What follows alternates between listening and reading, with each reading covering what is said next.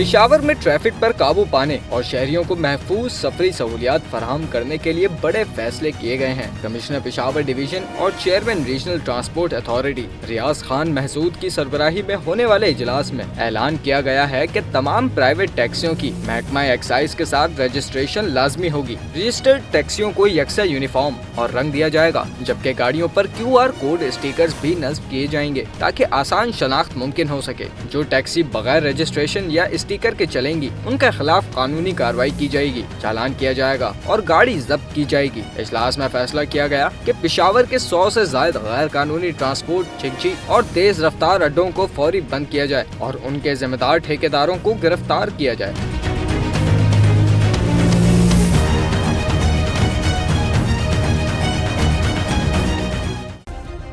Subscribe करें और bell दबाएं ताकि कोई खबर रह न जाए।